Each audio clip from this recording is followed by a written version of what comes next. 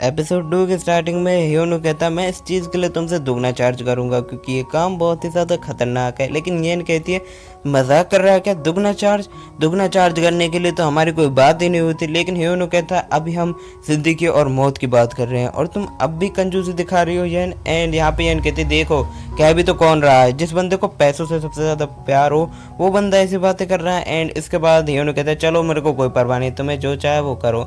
And उसमें से एक बंदा कहता है कि चलो मैं तुम्हारे पैसे दूंगा, वो मेरे फादर हैं। एंड ह्योनु कहता है चलो कोई तो ऐसा मिला जिसको मेरी भाषा समझ में आए।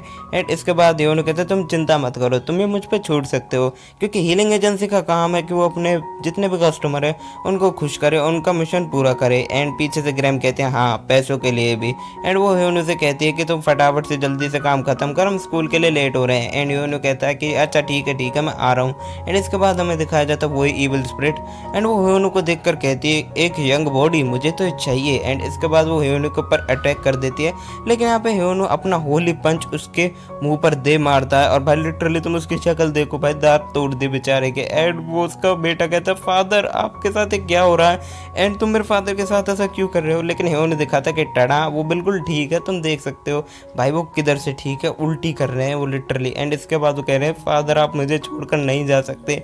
एंड उसके बाद वो सारी इविल स्पिरिट उसके फादर की बॉडी में से निकल आती हैं। एंड सारे जितने भी जो लोग हैं वो देखते हैं कि इस बंदे ने इजीली इविल स्पिरिट को निकाल दिया। एंड यहाँ पे ग्रैम कहती है ह्योनु हम स्कूल के लिए लेट हो रहे, क्या तुम्हें स्कूल नहीं चल रहा क्या? एंड ह्योनु वहाँ से भागने लगता है और वो यन से कहता है यन तुम संभाल लेना आगे। एंड यन भी लाइक उसको थोड़ा सा मतलब वो पिघला देता है। एंड यन की तुम हालत देखो अब आगे भाई लिटरली चल क्या रहा है। एंड इसके बाद बाकी सारे लोग कहते हैं भाई तुम ऐसे मेरे फादर को मार के नहीं जा सकते, हम तुम्हें जाने नहीं देंगे।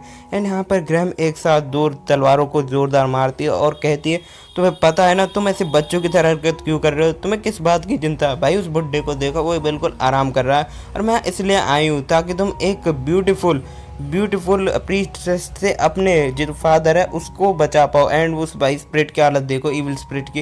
एंड सभी लोगों को येन की पावर का पता लग जाता है। एंड यहाँ पे ह्योनु एंड ग्रैम भी देख रहे होते कि ये क्या बकवास कर रही है, लेकिन उनको यहाँ से निकलना सही लगा। एंड यहाँ पे ह्योनु कहता है कि मेरी पेमेंट कर देना भाई आज से। भाई देख रहे हो ना सेकंड लॉर्ड फ्रंटेरा यहाँ पर बैठा है। लेकिन तभी हम देखते हैं कि येन को लगता है कि वो इविल स्पिरिट यहाँ से भाग गई है।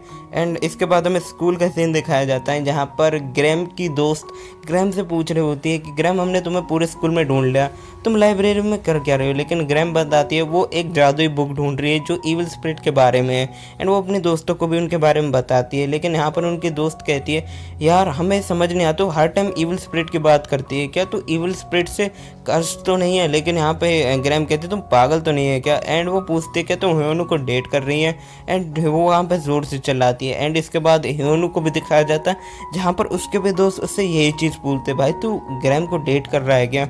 एंड ह्योनु को समझ नहीं आता वो क्या जवाब दे। एंड एक बंदा कहता है कि तो रोज उसकी बाइक पर आता है। एंड फिर उसके बाद यहाँ पे ह्योनु टॉपिक चेंज कर देता है भाई मैंने अभी सब्सक्रिप्शन लिया और देखना मैं तुमको वो अभी बिल्कुल नहीं देने वाला। एंड उसके दोस्त कह रहे भाई हमको सब्सक्रिप्शन दे दे यार। एंड इसके बाद हमें ग्रैम और उसके दोस्त दिखाई जाती है। एंड यहाँ पे ग्रैम कहती है हम सिर्फ दोस्त हैं। एंड उसके बाद एक लड़की कहती है मैं ह्योनु को डेट करना चाहती हूँ। एंड यहाँ पर ग्रैम ह्योनु से मिलने के लिए उसकी क्लास में जाती है जहाँ पर एक लड़की कहती है शायद से वो अपने गर्लफ्रेंड से मिलने के लिए बाहर गया हुआ है तो तुम्हें वो बाहर ही मिलेगा। एंड यहाँ पर हमें एक हॉस्पिटल का सीन दिखाया जाता है जहाँ पर ह्योनु अपने बॉस से बात कर रहा है कि हाँ बॉस मैं यहाँ हॉस्पिटल में आया हूँ उसे देखने के लिए, माफ़ करना लेकिन क्या आप इस मंथ का भी इलाज करा सकते हो?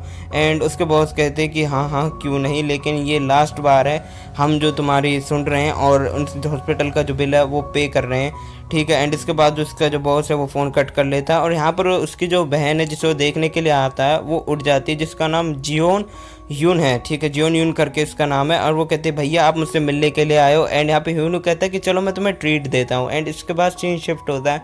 एंड यहाँ पे येन आ जाती है। येन कहती है तुमने ह्योनु को कहीं देखा है क्या? एंड यहाँ पर वो कहते हैं फटाफट चलो हमें ह्योनु को ढूंढना पड़ेगा। एंड वो उसे एक चीज़ भी दिखाती है, ये देखो सुबह जो इविल स्पिरिट ह्योनु ने मारी थी ना वो यहाँ पर नहीं है, उसका यही प्लान था कि वहाँ से भाग जाए।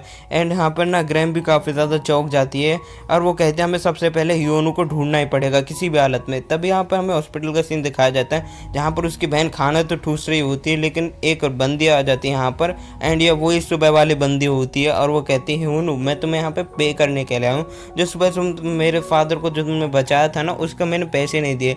लेकिन ह्यूनू को ये थोड़ा अजीब लगता है और वो कहता है कि तुम ये पैसे येन को भी तो दे सकते थे ना, तुम्हें आने की क्या ज़रूरत थी। लेकिन वो लड़की कहती है मैं तुम्हें 1 रुपया नहीं दूंगी क्योंकि मैंने सारे पैसे तो ईविल स्पिरिट को खरीदने के लिए खर्च कर दिए। एंड ह्यूनू भी चौंक जाता है इसने ईविल स्पिरिट कैसे खरीद ली। एंड इसके बाद वो अपने पेट को स्टैब कर लेती है चाकू की मदद से।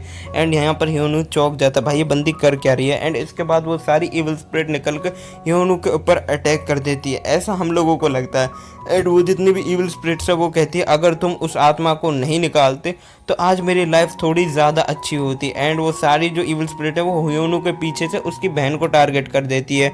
एंड वो भैया चिल्लाती भैया मेरे को बचाओ। एंड ह्यूनू अपनी बहन को बचाने के लिए पीछे जाता है। एंड वो लड़की कहती है इसमें तुम्हारी ही गलती है, तुमने जैसे मेरी लाइफ को बर्बाद किया अब तुम्हारी लाइफ भी बर्बाद होगी और तुम्हारी बहन भी अब मरने वाली है। एंड ह्यूनू ये देखकर चौंक जाता है और वो फटाफट से अपनी बहन को कैच करता है और अपनी बहन को बचाने के लिए खिड़की से कूद जाता है।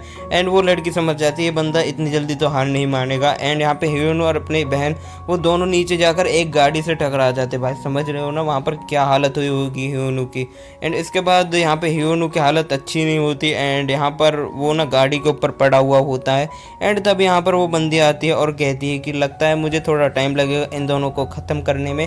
एंड इसके बाद वो जैसे ही नीचे आती है और ह्यूनू से फाइट करने लगती है और वो कहती है कि तुम अब बिल्कुल नहीं बच सकते। लेकिन यहाँ पे ह्यूनू कहता है कि अच्छा तो तुम मुझे ख़त्म करना चाहती हो, लेकिन उसके पीछे का रीज़न क्या है और तुम इसने घटिया से रीज़न के लिए मुझे ख़त्म करना चाहती हो। एंड वो उसके पीछे बढ़ने लगता है। एंड वो लड़की कहती है ऐसा मत कहो कि तुम्हें सब पता हो, तुम्हें पता है मेरी ज़िंदगी कितनी नरक थी उन लोगों की वजह से और उसका पास्ट हमें दिखता है थोड़ा सा। एंड इसके बाद ह्यूनू कहता है कि तुमने एक तो अपनी बॉडी को ईविल स्पिरिट्स को बेच दिया और तुम मुझसे बदला लेने की बात कर रही हो। एंड वो सारी ईविल स्पिरिट्स को उसकी बॉडी में से खींच लेता है और वो कहता है मैं तुमसे 1-1 रुपया निकाल लूँगा। भाई यहाँ पे भी रुपयों की बात। एंड यहाँ पे इतनी इंटेंस फाइट हो रही होती है एंड तभी हमें पता चलता है उसके अंदर से जो उसकी ईविल स्पिरिट्स निकलती है। तब ह्यूनू उसको खींचकर एक ज़ोरदार पंच मार देता है, होली पंच। एंड यहाँ पर ग्रैम कहते तुम चिंता मत करो ह्यूनू वहाँ पर वो सारी चीज़ें संभाल लेगा। अभी जो सीन शिफ्ट हो चुका है। एंड इसके बाद येन कहते तुम बात नहीं समझ रही, जो वहाँ पर बॉडी है ना वो काफ़ी ज़्यादा खतरनाक क्योंकि वो एक समनिंग ईविल स्पिरिट्स को भी खरीद कर लेकर आई है। एंड तब यहाँ पे 2 ईविल स्पिरिट्स को समन करते अपने अंदर से। एंड वो ईविल स्पिरिट्स और कोई नहीं होती उसके फादर एंड शायद उसके ब्रदर की होती जो सुबह सुबह हमने देखी होती है। एंड इसके बाद ह्यूनू भी समझ जाता है और वो कहता है लगता है तुम्हें हराना थोड़ा हार्ड होने वाला है, ये लड़ाई आज काफ़ी ज़्यादा हार्ड होगी। एंड वो कहता है कि तुम अभी तक उसके दिमाग से नहीं निकले। एंड इसी के साथ गाइस एपिसोड खत्म होता है। आई होप ये वीडियो आपको पसंद आएगा।